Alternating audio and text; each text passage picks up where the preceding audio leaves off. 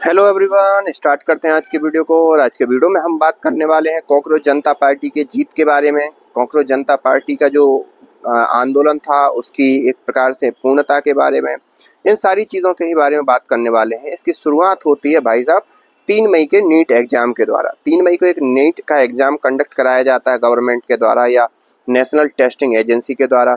12 मई को उस बात का पता चलता है कि ये एग्जाम तो भाई साहब लीक हो गया था। 15 मई को या 13 मई को, आई थिंक 13 मई को हमारे जो न्यायाधीश साहब हैं उन्होंने कॉकरोच बोला सारे लोगों को, जो बेरोजगार लोग हैं जो भी हैं। 16 मई को कॉकरोच जनता पार्टी का गठन होता है और कॉकरोच जनता पार्टी के जो अभिजीत दीपके हैं वो आ जाते हैं मुंबई में, दिल्ली के अंदर अनशन करने के लिए। 10 से 18 दिन से कोई किसी चीज़ की बात नहीं होती है। 19वें दिन और 20वें दिन जब चीज़ें होती हैं तो भाई साहब फिर मार्च की बात होती है। जैसे ही मार्च की बात होती है, मतलब संसद का 20 तारीख से सत्र स्टार्ट होता है, तो 18 तारीख को ये डिसाइड होता है कि भाई हम 20 तारीख को या 17-18 तारीख को डिसाइड होता है कि हम 20 तारीख को संसद का मार्च करेंगे। 18 तारीख को जो सोनम वांगचुक अनशन पर बैठे हुए थे उनको उठा लिया जाता है गवर्नमेंट के द्वारा और उनको एक सफदरगंज हॉस्पिटल में ऐसे रखा जाता है कि उनको किसी से मिलने नहीं दिया जाता। हो सकता है कि सोनम वांगचुक को अगर मर जाते हैं या उनकी मौत हो जाती है तो सीधी सी बात है विपक्ष उस पर राजनीति करेगा। तो सोनम वांगचुक को सेफ रखने की जिम्मेदारी भी गवर्नमेंट की थी। और इस प्रकार के आंदोलनों में अगर जो विपक्षी पार्टियां हैं जिनको सत्ता ना मिल रही हो वो ऐसे काम कर दें और करवा दें, ऐसा राजनीति में मुमकिन है, बिहाइंड द सीन मुमकिन है। उसके हमारे पास कभी सबूत नहीं है लेकिन ऐसा मुमकिन है। ठीक है, तो सीधी सी बात है उनको बचा लेती है या उनको सेफ हाउस में पहुंचा देती है गवर्नमेंट। वहां से फिर सोनम वांगचुक साहब का अनशन टूटता है।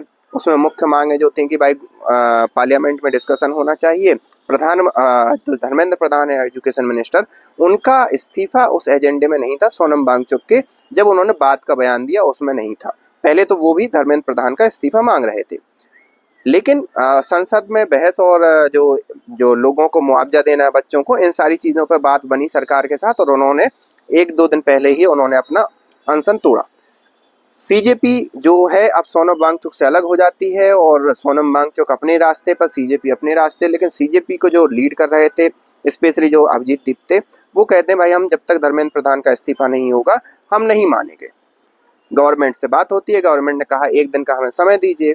अब उस 1 दिन के समय में चाहे आम आदमी पार्टी हो या आम आदमी पार्टी के केजरीवाल जी हो, सारे लोग, इवन अभिजीत दीपके खुद मीडिया के अंदर ये बयान देते हैं कि आज मतलब 1 दिन का गवर्नमेंट ने क्योंकि समय मांगा था, तो अभिजीत दीपके साहब कहते हैं कि भाई कुछ बड़ा होने वाला है, हमें गिरफ्तार मत करना, हमें ऐसा मत करना। ये पूरी की पूरी स्टोरी आप देखो तो केजरीवाल की ही स्टोरी है।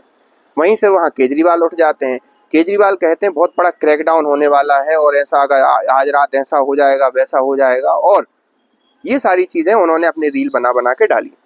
इसी बीच में प्रधानमंत्री मोदी की भी रील आती है जो कि एक वर्ल्ड रिकॉर्ड बन जाती है और उसमें फिर लोगों का जन समर्थन आता है कि भाई साहब प्रधानमंत्री जब एक बार आते हैं तो सारे लोगों को चित्त कर देते हैं। ये सारी चीज़ें हुई, लेकिन जो 1 दिन का समय मांगा गया था उसमें जो आम आदमी पार्टी या कॉकरोच जनता पार्टी ये सोच रही थी कि गवर्नमेंट बहुत बड़ा क्रैकडाउन करेगी फिर हमें आंदोलन का और बड़ा मौका मिल जाएगा, वो सारी चीज़ें नहीं होती।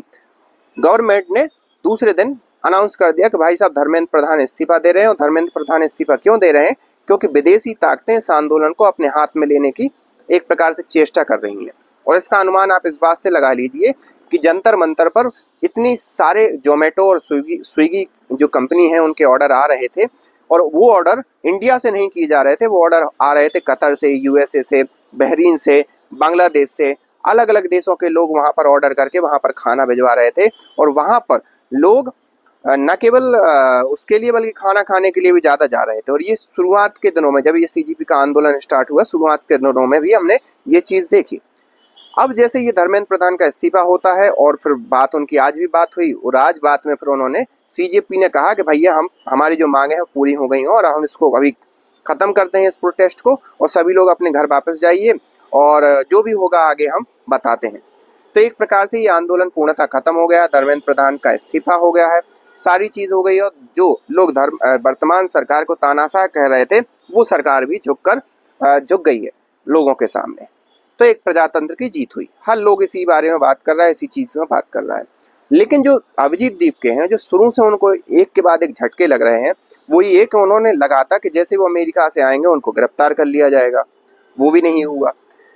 जंतर मंतर जाएंगे, वहां पर परमिशन नहीं मिलेगी, वो भी मिल गई। फिर बाद में वो जब यहाँ पर अभी कि धर्मेंद्र प्रधान इस्तीफा नहीं देंगे और फिर हमारी और थोड़ा सा आंदोलन खिंचेगा, वो भी नहीं हुआ। सारी चीजें गवर्नमेंट ने इतनी स्मूथली कर दी कि मतलब ऐसा लगा कि कुछ है ही नहीं।